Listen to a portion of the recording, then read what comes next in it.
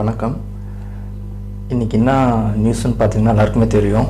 இப்போ வருகிற ஞாயிற்றுக்கிழமை, அதாவது 16/11/25 அன்னைக்கு பார்த்தீங்கன்னா தவேகா சார்பில் கண்டன ஆர்ப்பாட்டம் நடக்க போகுது. எதை பற்றின்னு பார்த்தீங்கன்னா இந்த எலெக்ஷனை பற்றி தான், எஸ்ஐஆர் தீவிர திருத்த பற்றி.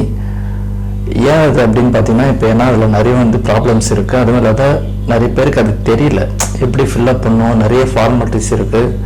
2002 அவங்க என்னென்ன பேர் இருந்ததோ அதெல்லாம் இதில் சேர்த்து ரொம்ப இதில் கன்ஃபியூஷன் ஆகுது. அது மட்டும் இல்லாத இதில் நிறைய பார்த்தீங்கன்னா டிகேஎம்க்கு ஆளுங்களும் இதில் இன்வால்வ் ஆகி அவங்களே பூத்து பிஎல்ஓவாலாம் இருக்காங்க. அதெல்லாம் ஒன்றுமே புரியவே மாட்டேங்குது. ஏன்னா இது பூத் லெவலில் போது யார் அந்த ஃபார்ம் பண்ணமோ பிஎல்ஓ தான் அது பண்ணணும். அதை விட்டுட்டு பிஎல்ஓ பண்ணாமல் இந்த திமுக சார்ந்த அவங்க ஆளுங்க மட்டுமே அது கலெக்ட் பண்ணி ஃபில்அப் பண்ணுறது அது என்னன்னு தெரியல. ஏன்னா அது கோர்ட்டே பார்த்தீங்கன்னா எஸ்ஆர் நீங்கள் பண்ணி தான் ஆகணும்னு திருப்பி போட்டிருக்கு.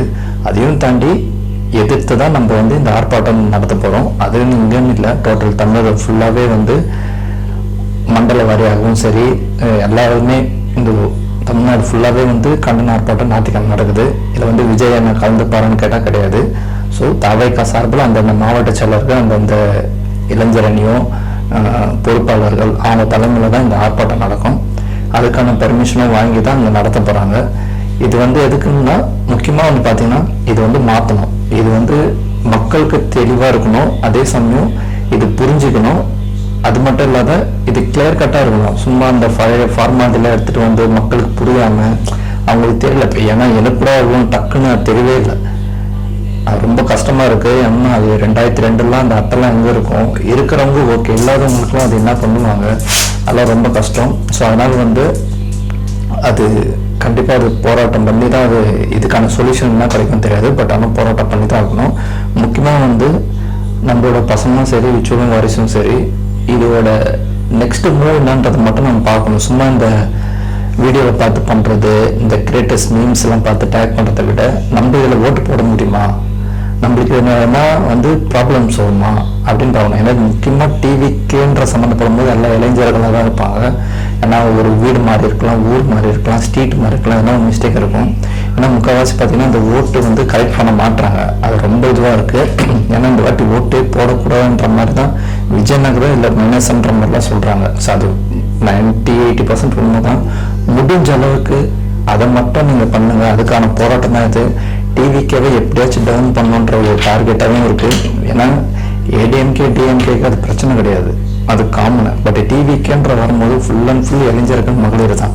புது ஓட்டர்ஸ்க்கு பிரச்சனை கிடையாது. பட் பழசாகிறவங்க எல்லாமே சேஞ்ச் ஆகிறதுனால இது டோட்டலாகவே மாறும். ஸோ அதனால் முழுக்க முழுக்க நம்ம பசங்க தான் இதுக்கான முன்னெடுப்பு எடுத்து எல்லாமே போட முடியுமான்றது பார்க்கணும்.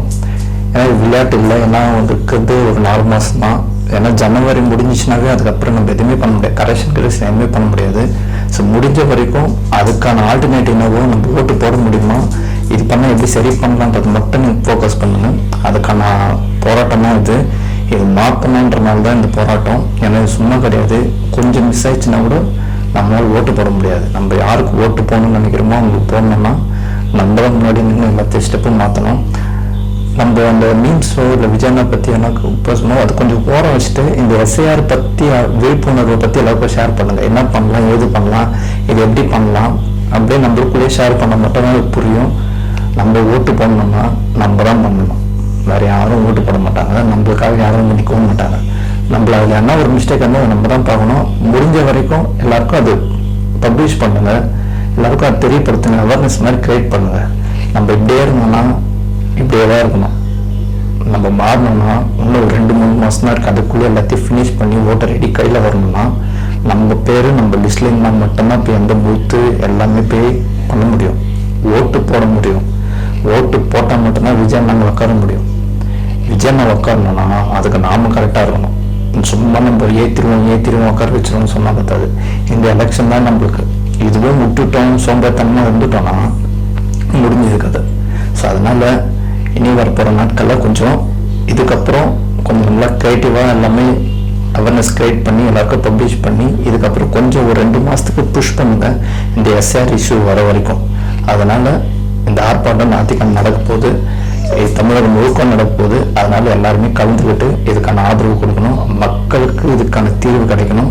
நம்ம மக்களுக்கும் இதில் சந்தேகங்கள் நிறைய இருக்குது, நிறைய குளறுபடிகள் தான் இருக்குது. ஸோ அதை மாற்றணும்னா நம்ம தான் ஸ்டெப் எடுத்தாகணும். இது மண்டல வாரியாக நடக்க போகுது. தமிழகம் முழுக்க ஞாயிற்றுக்கிழமை அன்னைக்கு அதுதான் நியூஸாக இருக்க போகுது. எஸ்ஆருக்கு எதிராக தான் இந்த ஆர்ப்பாட்டமே நடக்க போகுது. அதை மாற்றணும்னா இந்த போராட்டம் நடத்தணும். ஏன்னா எல்லா கட்சியுமே இது எதிர்ப்பு தான் தெரிவிக்கிறாங்க. ஏடிஎம்கே சரி, ஏடிஎம்கேவும் சரி, எல்லாம் விசிகா எல்லாருமே இதுக்கான எதிர்ப்பு தெரிவிக்கிறாங்க. ஸோ கூடிய விரைவில் இதுக்கான என்ன முடிவு, நிரந்தர முடிவுன்றது நம்மளுக்கு தெரியணும். ஸோ கூடிய விரைவில் அதுக்கான முன்னேற்பாடுகள் என்னன்னு பார்க்கலாம்.